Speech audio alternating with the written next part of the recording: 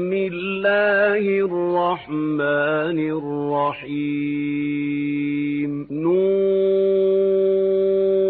والقلم وما يسطرون mbokk jullit yi asalaamaaleykum wa rahmatullahi taala wa barakaatu gannaaw jongante yaatal mbindum alxuraan mi C3S doon amal ci réew mi di première édition bi remise des prix jàpp nañu ko ñetti fan ci weeru juin 2018 li ko dalee 9h ca CICES muy bés bi ñuy jébbal ñu gën a ràññeeku ci jongante bi seeni neexal di seeni lijaasa ñu di ko yëgal mbokk jullit yépp xalif généraux yi këru diine yi sëriñ daara yi ndongo daara yi di ko yëgal njiitu réew mi son excellence El Hadji Macky Sall ministre de la culture mboolem gouvernement bi ak mboolem ambassadeur réewi jullit yi ci Ndakaaru remise des prix première édition concours yaatal mbindum alxuraan ak C3S ñetti fan ci weeru juin 2018 ca CICES C3S compagnie Serigne Seck Sénégal di gërëm mboolem ñi bokkoon ci concours bi tey sàkku seen teewaay ci remise des prix yi ñetti fan ci weeru juin 2018 ca CICES mise en place 9h.